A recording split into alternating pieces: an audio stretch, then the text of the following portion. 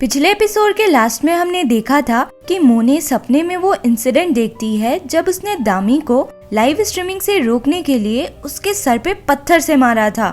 इस सपने से मोने डर कर उठ जाती है और जोर से चिल्लाती है। उसकी आवाज सुनकर लाही उसके पास आती है और पूछती है कि क्या हुआ। तो मोने कहती है कि मैंने दामी को जान से मारा है। लाही को ये सही नहीं लगता। उसे लगता है कि उस आइलैंड में जो कुछ भी हुआ उससे मोने अभी भी शॉक में है। वो मोने को समझाने लगती है कि तुमने दामी को नहीं मारा, ये बस एक सपना था। मोने फिर भी बार बार दामी का ही नाम ले रही थी। तो लाही गुस्से में उसे घर से बाहर निकाल फेंकती है। कहती है तुम्हें पता है मैंने क्यों तुम्हें चूज किया था? क्योंकि तुम मुझे मेरे जैसे लगी थी। मुझे लगा था कि तुम्हें जो चाहिए तुम उसे हासिल कर लेती हो, भले ही उसके लिए कुछ भी करना पड़ जाए। पर लगता है मैं तुम्हारे बारे में गलत थी, तुम उतनी भी स्ट्रॉन्ग नहीं हो। मोने कहती है किसी ने होटल रूम में मेरे लिए मैसेज छोड़ा था। कोई है जिसे मेरे पास्ट के बारे में पता है, जिसे मेरे बेबी डिलीवर होने के बारे में पता है। ये सुनकर लाही मोने को किक मार के गिरा देती है और कहती है कि मैंने तुमसे क्या कहा था,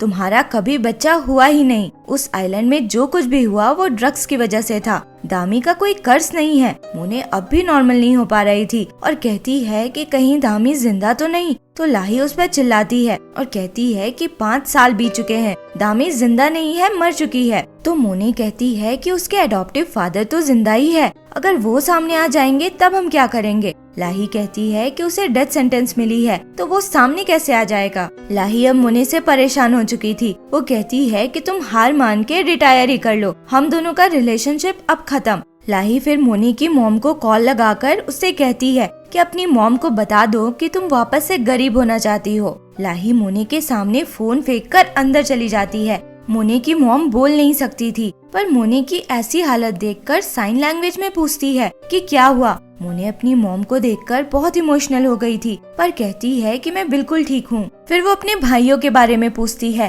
तो उसकी मॉम बताती है कि उसके भाई ने लाही से और भी पैसे लिए हैं। ये जानकर मोने परेशान हो जाती है और चिल्लाती है। फिर खुद में कहती है कि मुझे कोई फर्क नहीं पड़ता कि ये दामी का कर्ज है या नहीं, जो सरवाइव कर पाते हैं वही विनर होते हैं, मैं हार नहीं मान सकती। उस समय हम लाही को देखते हैं जो खिड़की से मोने को ही देख रही थी। वो मन में सोचती है मैं तुम्हें जानती हूँ, तुम उसे नहीं मार सकती। नेक्स्ट सीन में हम टिकी टाका के सीईओ मैथ्यू को देखते हैं जो उन सारे सर्वाइवर्स के रिसेंट चैट्स देख रहा था। तभी उसे लाही का कॉल आता है, पर वो बस स्माइल करता हुआ इग्नोर कर देता है। फिर हम लाही को देखते हैं, वो मोने के दोस्तों को इंस्ट्रक्शंस दे रही थी कि उसका ऐसा मेकअप करे जिससे वो दुखी लगे। वो मोने के पास आकर उसे अलर्ट रहने को बोलती है और कहती है कि तुम्हारा कमजोर पड़ना हम दोनों अफोर्ड नहीं कर सकते। लाही के जाने के बाद मोने अपनी दोस्त जिया से अकेले में बात करती है, जो अब उसके दोस्त कम और एम्प्लॉय ज्यादा थी। दोनों के बात से ये पता चलता है कि मोने जिया के लिखे गानों को अपना बताकर गाया करती थी। जिया मोने से कहती है कि अब वो उसे अपने गाने नहीं देना चाहती है, लोगों को धोखा नहीं देना चाहती है। तो मोने कहती है क्यों,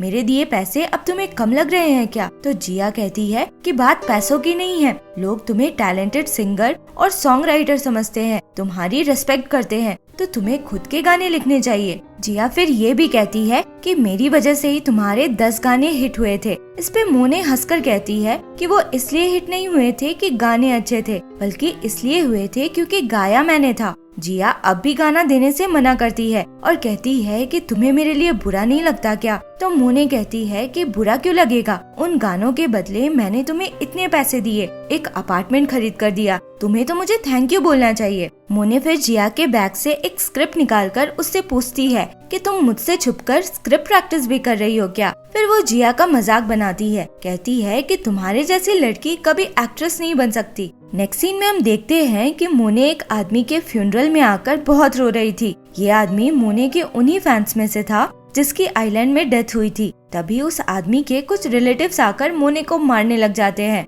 ये बोलते हुए कि तुम्हारी वजह से इसकी जान गई है। ये लोग ज्यादा ही मारने लगे थे। तो मोने चिल्लाकर इन्हें रुकने को कहती है। फिर पता चलता है कि ये फ्यूनरल फेक था और यहाँ आए लोग भी हायर किए हुए एक्टर्स थे और इस ड्रामा का आइडिया एक्चुअल में जिया ने ही दिया था ताकि लोगों के सामने मोने की इमेज सुधर सके। और ऐसा होता भी है। ये फ्यूनरल वाला वीडियो तुरंत ही वायरल हो जाता है। दूसरी तरफ हम दो युग को देखते हैं जो लाही के बुलाने पे उससे मिलने पहुंचा था। लाही उसे अपने लिए एक काम करने को कहती है। एक्चुअली टिकी टाका स्टूडियो के चेयरमैन पोजीशन के लिए किसी को चूज किया गया था जो एक एंटरटेनमेंट कंपनी का सीईओ था और उसका नाम हानसंग था। लाही दोयुक को बहुत सा पैसा ऑफर करके हानसंग के बारे में सारी इन्फॉर्मेशन पता करने को कहती है। फिर हम जिया को देखते हैं जो अपने घर में उसी स्क्रिप्ट से प्रैक्टिस कर रही थी। उसे मोने की बात याद आ जाती है कि वो कभी एक्टर नहीं बन पाएगी, तो वो परेशान हो जाती है। तभी उसके टिकी टाका स्टोरी पे किसी का मैसेज आता है। वो खुद को उसका पहला फैन बताता है। एक्चुअली मैसेज करने वाला और कोई नहीं बल्कि मैथ्यू ही था, पर जिया को ये पता नहीं रहता। मैथ्यू जिया को इनकरेज करता है और कहता है कि उसे उसकी राइटिंग बहुत पसंद है। फिर हम नेक्स्ट डे का सीन देखते हैं। नामचुल जो जेजू आइलैंड का पुलिस कमिश्नर था, आइलैंड में हुए मास डेथ्स के बारे में प्रेस कॉन्फ्रेंस में बताता है कि उस इंसिडेंट में 28 लोगों की जान गई और रीजन योंगजू था जो मोने का स्टॉकर था। नामचुल बताता है कि उनके इन्वेस्टिगेशन से ये पता चला है कि योंगजू ने सभी विक्टिम्स को ड्रग्स दिया था, जिसके इन्फ्लुएंस में आकर सबने एक दूसरे पे अटैक कर दिया था। लाही भी न्यूज में यही देख रही थी। नामचुल को देखकर उसे ध्यान आता है कि ये तो वही है जो ली हुई के केस का इंचार्ज था। लाही को समझ नहीं आता कि ये कोइंसिडेंस है या कुछ और। वो फिर जिन्मो को कॉल करके दामी के अडॉप्टिव फादर के बारे में पूछती है, तो जिन्मो कहता है कि वो तो जेल में है। तो लाही पूछती है कि तुम श्योर हो क्या कि जेल में जो आदमी है वो वही है। वो जिन्मो से कहती है कि एक बार वो खुद जेल जाकर ये कंफर्म कर ले। फिर वो योंगजू के बारे में पूछती है कि क्या तुम्हें पता था कि वही स्कारलेट लेटर चलाता है। तो जिन्मो मना कर देता है कि उसे नहीं पता था, जो एक्चुअल में झूठ था, क्योंकि उसके कहने पे ही तो योंगजुन ने स्कारलेट लेटर शुरू किया था। नेक्स्ट सीन में हम देखते हैं कि जिन्मो ली हुई की आइडेंटिटी कंफर्म करने जेल पहुंचता है। तो वहाँ कुछ गार्ड्स जो चेयरमैन बांग के लिए काम करते थे उसे अंदर जाने से रोक देते हैं, ये बोलकर कि ली हुई किसी से मिलना नहीं चाहता। पर जिन्मो को जेल के वार्डन से जान पहचान था, जिसका फायदा उठाकर वो ली हुई के सेल तक पहुंच जाता है। वहाँ चेयरमैन बांग उसके सामने पागलों जैसा बिहेव करने लगते हैं। उनके बालों से उनका चेहरा भी ढका हुआ था। जिन्मो गार्ड से बाल हटाने को कहता है तो गार्ड बताता है कि 5 साल पहले इसका चेहरा बुरी तरह से जल गया था, ये तो अब बोल भी नहीं सकता है। जिन्मो चेयरमैन बांग का एक बाल लेने आगे बढ़ता है ताकि डीएनए टेस्ट से ये कंफर्म हो जाए कि ये ली हुई है। पर उससे पहले चेयरमैन बांग उस पर अटैक करके उसके नाक पे काट लेते हैं। जिन्मो तो बिना बाल लिए ही वहाँ से भागता है। उसके जाने के बाद एक गार्ड कीताक को कॉल करके बताता है कि जिन्मो ली हुई का पता करते हुए यहाँ पहुँचा था, पर चेयरमैन ने सिचुएशन संभाल ली। इधर जिन्मो लाही को कॉल करके कहता है कि डीएनए टेस्ट की जरूरत नहीं है, वो श्योर है कि जेल में ली हुई ही है और अब वो पूरी तरह से पागल हो चुका है, तो उससे कोई डर भी नहीं है। जिन्मो फिर अपने ऑफिस पहुँचता है तो देखता है कि वहाँ कीताक पहले से बैठा हुआ था। जिन्मो उसके चेहरे पे पैसे फेंक कर हंसता है कि तुम मेरा क्या बिगाड़ पाओगे, तुम तो अब गरीब हो। किसी को आवाज लगाता है और जिन्मो देखता है कि वहाँ कीताक के बहुत से आदमी आ जाते हैं। कीताक जिन्मो से फिर कहता है कि मैं अपनी कंपनी वापस लेने फिर आऊंगा। जिन्मो कीताक के सामने तो शो नहीं करता, पर उसके जाने के बाद पता चलता है कि वो कितना डर गया था। नेक्स्ट सीन में हम देखते हैं कि कीताक मैथ्यू से आकर मिलता है और बताता है कि कैसे इस बार तो चेयरमैन बांग बच गए। मैथ्यू कहता है कि हमें जल्द ही उन्हें वहाँ से बाहर निकालना होगा, मुझे डर लगा रहता है कि उन्हें कुछ हो न जाए। दोनों फिर सातों सर्वाइवर्स के बारे में डिस्कस करते हैं। कीताक कहता है कि पहले नामचुल पे फोकस करना चाहिए, क्योंकि रूमर्स हैं कि उसे प्रमोट करके सॉल का पुलिस कमिश्नर बनाया जाने वाला है। मैथ्यू फिर और भी 3 लोगों के बारे में बात करता है। एक डिजिटल क्राइम सेंटर का डायरेक्टर जिसने पुलिस को झूठा स्टेटमेंट दिया था, दूसरा वो टैक्सी ड्राइवर जो उसे सॉल कल्चरल इवेंट ले गया था जब वो ड्रग्स के इन्फ्लुएंस में था, और तीसरा वो लॉयर किमसुन जिसने झूठे हेल्प के बहाने से उसे जेल से निकाला था। ये तीनों ही लोग दामी के डेथ से रिलेटेड थे, जिसमें से डायरेक्टर और लॉयर 5 साल पहले अब्रॉड भाग गए थे और उनके बारे में कोई इन्फो नहीं थी। कीताक और मैथ्यू फिर एक deep fake human image composition technology के बारे में बात करते हैं।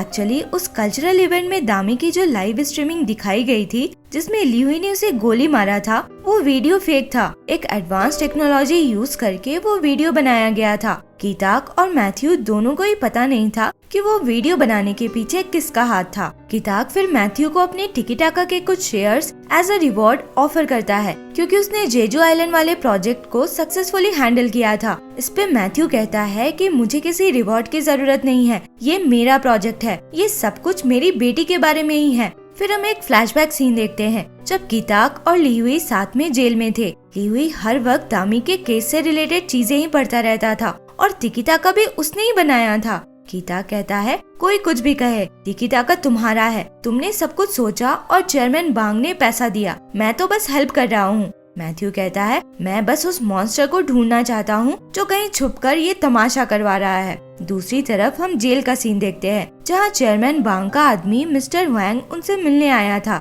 चेयरमैन बांग कहते हैं अब समय आ गया है लीहुई को के बारे में बताने का। तो मिस्टर वैंग कहता है के से डील करने के लिए हमें और पावर की जरूरत पड़ेगी, वरना रिवेंज शुरू करने से पहले ही हम हार जाएंगे। नेक्स्ट सीन में हम मोने को देखते हैं जो एक गाने की रिकॉर्डिंग कर रही थी। रिकॉर्डिंग के बाद सब उसके बहुत तारीफ करते हैं, कहते हैं कि वो अच्छा गाती तो है ही, खुद से गाना लिखती और कंपोज भी कर लेती है। लाही की बातों से लग रहा था कि उसे भी पता नहीं था कि मोने एक्चुअल में जिया के लिखे गाने यूज करती थी। मोने फिर अपनी टीम के साथ एक ऑडिशन पे पहुंचती है जो वो जज करने वाली थी।